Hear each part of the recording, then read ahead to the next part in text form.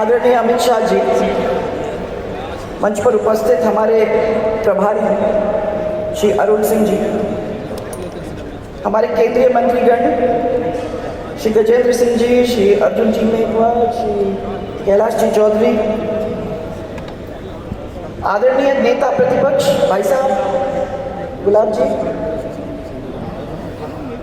हमारे प्रदेश अध्यक्ष भारतीय जनता पार्टी के आदरणीय श्री सतीश पूनिया जी,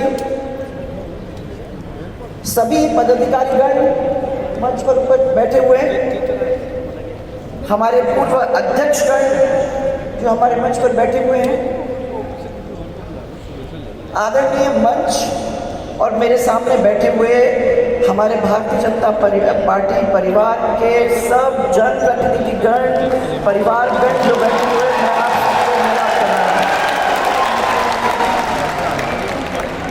आदरणीय, आज ये मेरा सौभाग्य है कि आप सब जनप्रतिनिधियों के बीच में और आपकी जनप्रतिनिधि की आवाज़ द्वारा मैं हमारे पूरे मान और सम्मान के साथ हमारे गौरवशाली गृह मंत्री आदरणीय अमित शाह जी का इस राजस्थान की धरती पर, जयपुर की धरती पर स्वागत करने का मुझे मौका दिया है।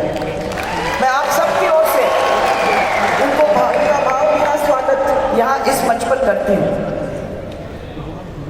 मुझे और हम सबको बहुत खुशी है भाई साहब कि आप कल जैसलमेर में बीएसएफ के 57वें स्थापना दिवस में पधारे और हमारे जवानों का उस बॉर्डर के ऊपर आपने हौसला अफजाई की, और आज उसके बाद आप हमारे भारतीय जनता पार्टी प्रदेश कार्य समिति के में भाग लेने के लिए हम सब के बीच में यहाँ आए हो। आपने हम सब का मान भी बढ़ाने का काम किया है और हम सब को भी एक किस्म से हौसला अफजाई हमारी भी की है। सबसे बड़ी बात हम आपको धन्यवाद देना चाहेंगे भाई साहब। एक वो ज़माना था जब हमारा जवान बॉर्डर पे जाता था तो अगर उसके मुठभेड़ में जान चली जाती थी, शहीद हो जाता था, तो उसका गले का टैग घर वापस लौटता था। उसके परिवारजन को तब मालूम पड़ता था जब उसका टैग घर आ जाता था उसके नाम के साथ। हमारी भारतीय जनता पार्टी की सरकार आई, अटल बिहारी वाजपेयी जी ने सबसे पहले इसके बारे में सोचा और पहली दफा शहीदों को अपने घर पर वापस भेजने का काम किया। आज आपने उसको बढ़ाते हुए एक बहुत बड़ा काम किया है। आपने 100 दिन अपने परिवार के साथ जवानों को रहने की सौगात देने का काम किया है। उसकी घोषणा आपने कल की है, उसके लिए आपको बहुत बहुत धन्यवाद।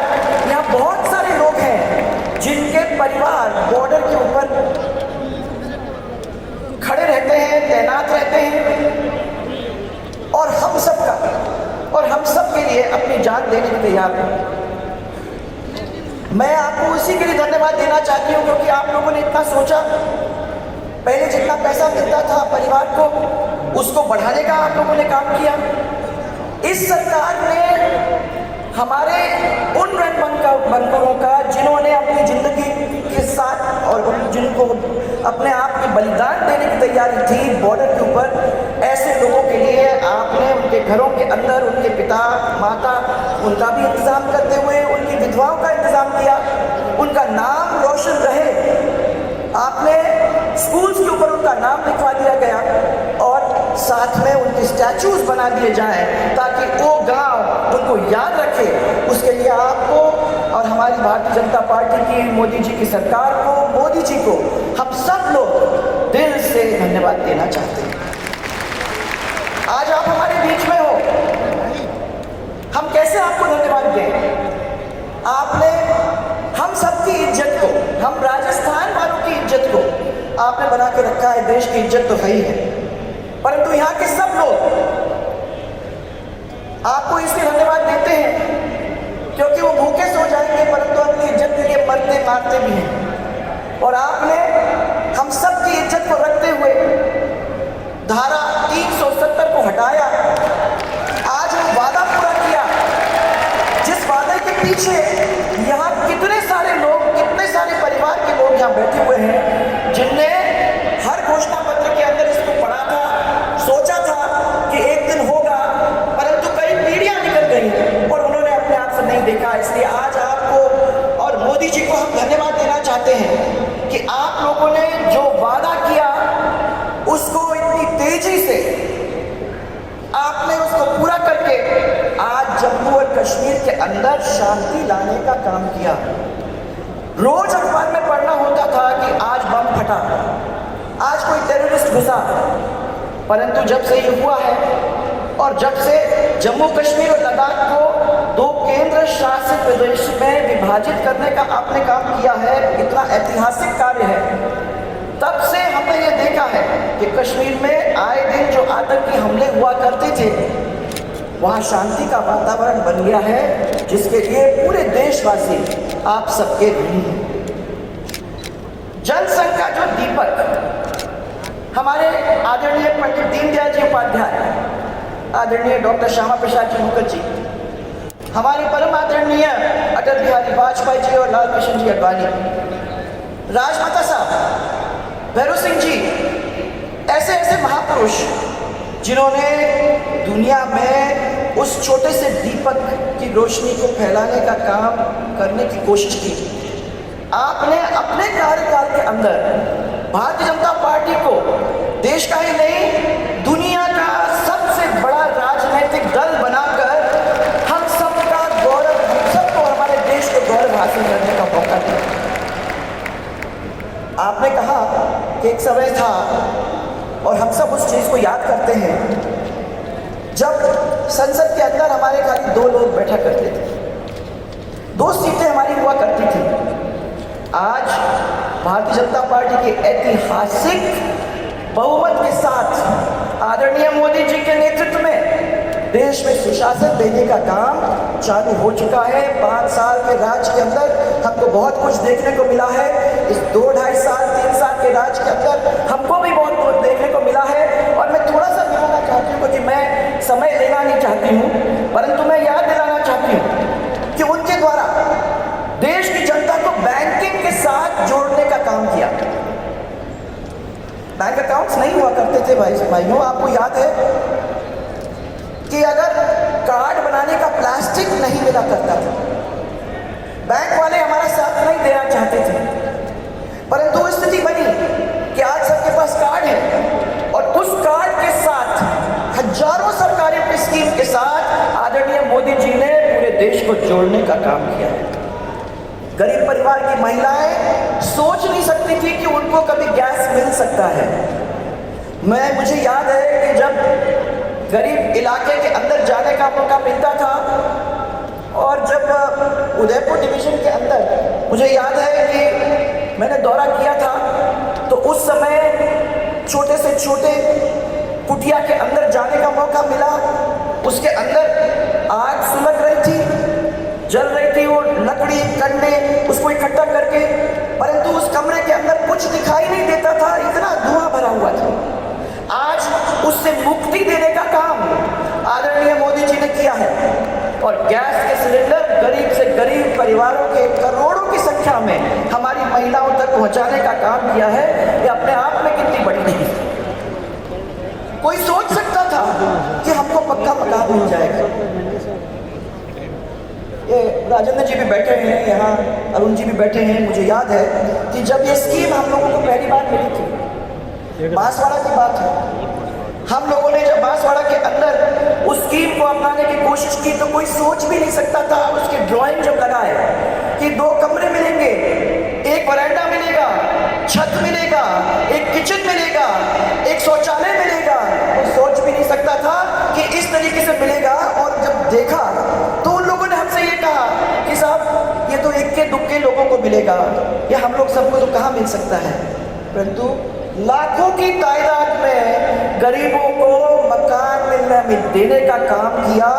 आज मोदी जी को 13 लाख लोगों को हमने उस समय, मुझे याद है, और इस देश के अंदर तो कितने हजारों करोड़ों की संख्या के अंदर लोगों के यहाँ इस तरीके से गरीब लोगों के घर सिर के ऊपर छत मिल गया। धन्यवाद तो देंगे ही देंगे। हर घर के अंदर बिजली पहुंचाने का काम किया। अब हर व्यक्ति को मुफ्त इलाज, जो गरीब आदमी है उसको मुफ्त इलाज मिलने का काम है। जीएसटी, सवर्ण आरक्षण, ऐसे बड़े बड़े काम को अंजाम देने का काम आप सबने मिलकर किया। मोदी जी जब प्रधानमंत्री बने उसके बाद देश का दर्जा कहां से कहां दुनिया में बढ़ के रह गया। केंद्र सरकार ने जब अयोध्या का विवाद का हल निकाला, कोई सोच भी नहीं सकता था। हम लोग सब लड़े हैं, हम लोग सब गए थे, हम लोग सब ने मंदिर का देखा, सब लोगों ने भाषण सुने, सब लोगों ने बातें की और सब लोगों को लगा कि होगा, पर हमारे जीवन में होगा कि नहीं होगा, उसके लिए हम सब आपको धन्यवाद देना चाहते हैं, क्योंकि आप लोगों ने उसको हल तो किया ही किया और एक भव्य राम मंदिर का निर्माण उसको शुरू करने का काम करा दिया। उसके लिए आप सब, हम सब की ओर से हम बहुत बहुत आपको धन्यवाद देना चाहते हैं। ये तो कुछ ही है काम है, इसलिए ये तय है, हम लोग तो बात करते रहते हैं, पर यह तय है कि आने वाली सरकार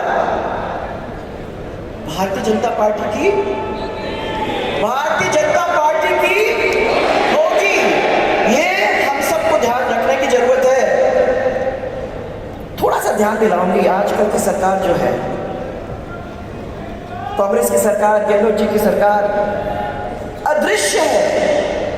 गांव में जाते हैं तो हम पूछते हैं क्या हो रहा है काम, सरकार क्या काम कर रही है। सबसे पहले 4 आदमी इकट्ठा होंगे तो सबसे पहले कहेंगे साहब बिजली की मुसीबत है, बिजली के हमारे ऊपर बड़े बड़े केस लग गए हैं, बिजली आती नहीं है, पानी की मुसीबत है, रोड है नहीं, सब कुछ अस्त व्यस्त है। कानून व्यवस्था और सरकार दोनों गायब। आप अखबार पढ़ते हो रोज तो आप देखोगे रोज दुष्कर्म हो रहे हैं, रोज लूट हो रही है, रोज हत्याएं हो रही हैं। सरकार के 3 साल गुजर गए और काम गिनती करने में कुछ आपको मिलने वाले नहीं है। आप गिनती करने जाओ तो मिलने वाले नहीं है। बस एक ही काम पे लगे हैं, कुर्सी कैसे बचाई जाए। घबराहट होती है कि मालूम नहीं ये 4 लोग उधर चले जाएंगे तो क्या होगा, और 5 लोग उधर चले जाएंगे तो क्या होगा। 2 साल निकल गए, कभी गिर रही है, कभी खड़ी हो रही है। अभी अभी कैबिनेट रिशफल हुआ, ये ध्यान देके कैबिनेट रिशफल हुआ कि भैया कोई उधर जाने वाला हो तो फिर उसको रोक लो। सिर्फ इसी काम के ऊपर काम चल रहा है। और मैं ये कहना चाहती हूँ कि सरकार की उपलब्धि के नाम पर आज मैं जो देखती हूँ तो कुछ भी नहीं, क्योंकि दौरा करने वालों को, हम लोगों को सबको मालूम हो जाता है कि भारतीय जनता पार्टी की जो योजनाएं थी वो अच्छी योजनाएं थी, और हमने उनको ये भी कह दिया था कि अगर आप इन योजनाओं को आगे चलाओगे तो भी अच्छा जनता के लिए होगा। पर तो हमें मालूम था कि तो कोई सरकार करेगी नहीं, उन्होंने तो तुरंत ही योजनाएं बंद कर दी है। बंद ही नहीं की है, परंतु किन योजनाओं के नाम तक बदल दिए। याद होगा भाई, राजस्थान की सड़कों को टोल फ्री सड़कें बनाने का, टोल फ्री बनाने का काम किया, आज फिर टोल लग गया है। अन्नपूर्णा योजना, उसके अंदर हम लोगों ने राशन की दुकानों को लेके उनको मिनी मॉल बना के विकसित करने की कोशिश की थी, आज वो सब मामला ठप हो गया। महिला और गरीब परिवारों को आगे बढ़ाने के लिए भामाशाह योजना के साथ जोड़ने का काम किया, तो भामाशाह योजना को खत्म कर दिया। और साथ साथ स्वास्थ्य बीमा योजना थी, वो अच्छी तरह से चल रही थी, उसको भी रोक देने का काम इन्होंने कर दिया। हमारी ऐसी तमाम योजनाएं थी जिसको सरकार ने बंद कर दिया। और अन्नपूर्णा रसोई, जिसको आप अच्छी तरह से जानते हो, उस अन्नपूर्णा रसोई को बंद तो नहीं किया, परंतु उसका नाम बदल के इंदिरा रसोई बनाने का काम किया।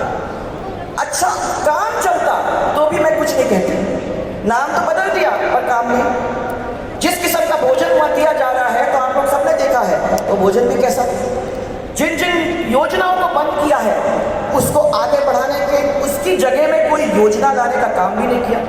आप लोग सबको याद है कि चुनाव के पहले हम लोगों ने सब पूरे लोगों के जो लोन माफ करने थे वो लोन माफी हो गई थी।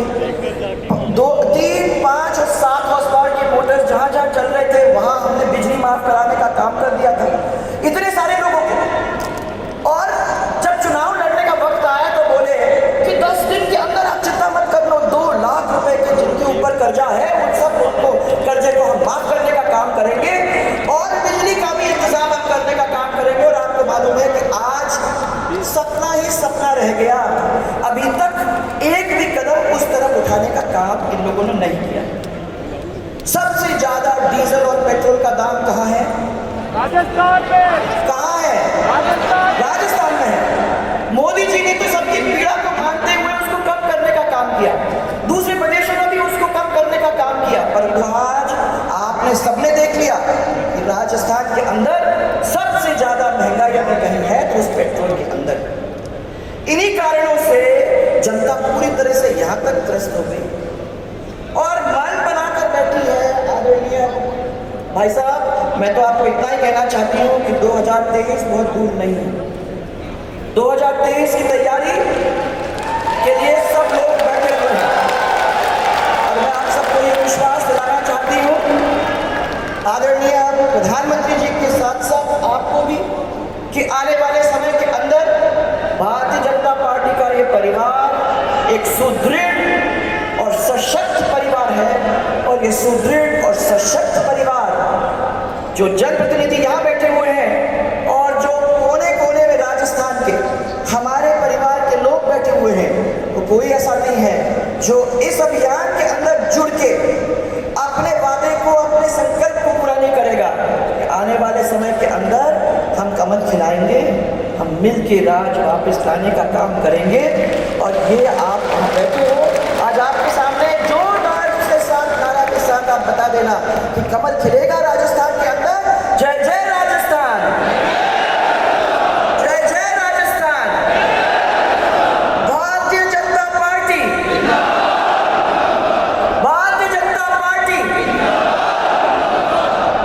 भाई साहब आपके सामने हैं, हमारे बीच में वो आए हैं, हम आपकी तरफ से, सबकी ओर से उनका स्वागत करते हैं। और ज़्यादा समय न लेते हुए मैं अपनी बात को विराम देती हूँ।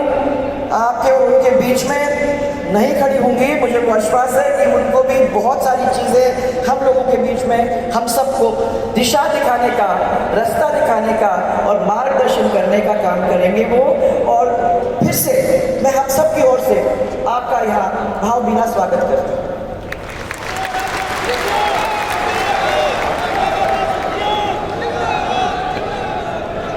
बहुत बहुत धन्यवाद वसुंधरा जी।